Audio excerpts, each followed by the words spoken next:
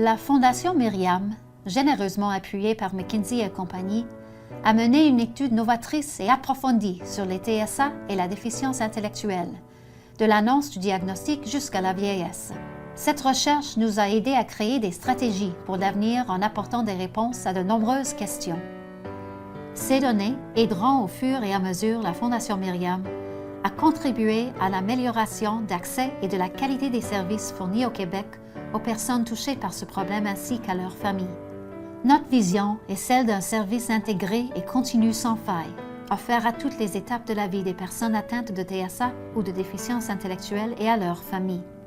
Nous espérons contribuer à la réalisation de cette vision en examinant chacun des 5 points de transition et chacun des 3 besoins transversaux comme suit. Du point de vue du diagnostic, nous aimerions contribuer à faire évoluer la situation actuelle, où plus de 1000 enfants au Québec attendent jusqu'à 3 ans avant de recevoir un diagnostic, vers l'établissement d'un processus qui permettrait d'évaluer l'enfant dans les 3 mois suivant la demande de consultation, avec un âge moyen ne dépassant pas 2 ans et demi au moment du diagnostic. En ce qui concerne les services d'intervention durant la petite enfance, nous envisageons de passer de plus de 1000 enfants qui attendent plus de 2 ans pour des services d'intervention précoce qui sont souvent moins intenses que ce qui est requis, à une moyenne de 20 heures par semaine pour certains enfants avec un TSA, mais aussi des activités d'éveil et de stimulation précoce pour les autres sous-groupes, et le tout avec un délai d'attente inférieur à 3 mois. En ce qui concerne la scolarité, nous voulons changer la situation actuelle qui n'inclut pas assez de programmes particuliers, ni de formation et de soutien professionnel et qui comporte de longues listes d'attente dans certaines écoles spécialisées.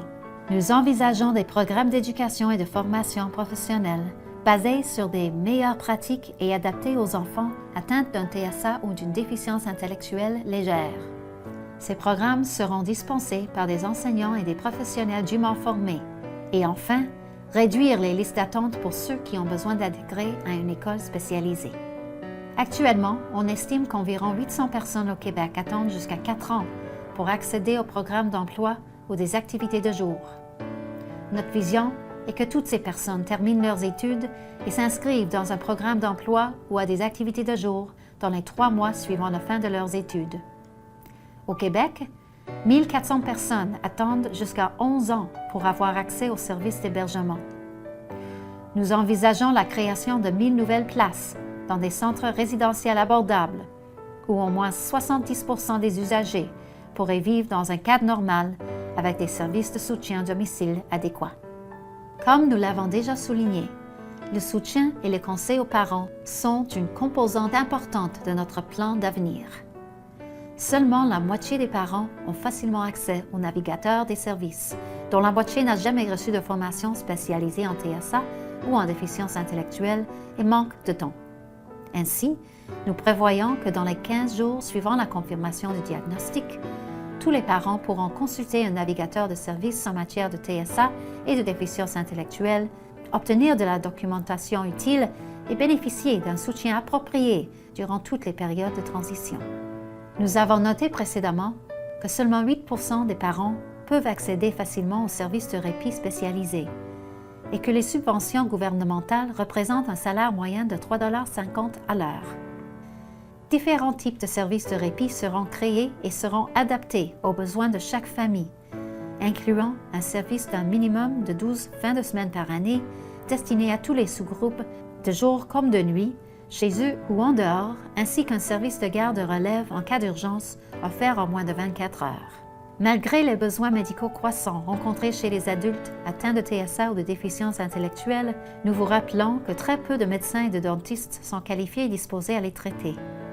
En outre, les familles n'ont pas de moyens bien définis pour trouver les ressources spécialisées disponibles dans leur région. Notre but consiste donc à favoriser l'accès aux dentistes, aux médecins de soins primaires et aux spécialistes dûment formés pour traiter cette population.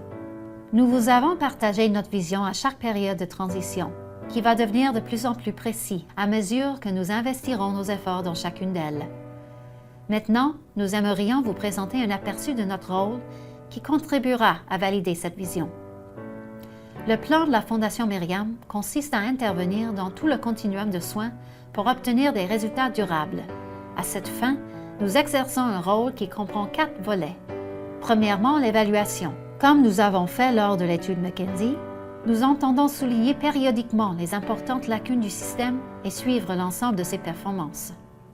Cela signifie que nous devons comprendre les enjeux les plus importants du continuum de soins, définir les cibles mesurables, repérer les indicateurs liés à chaque point de transition et à chaque besoin transversal, du même que suivre les progrès et les diffuser régulièrement et publiquement.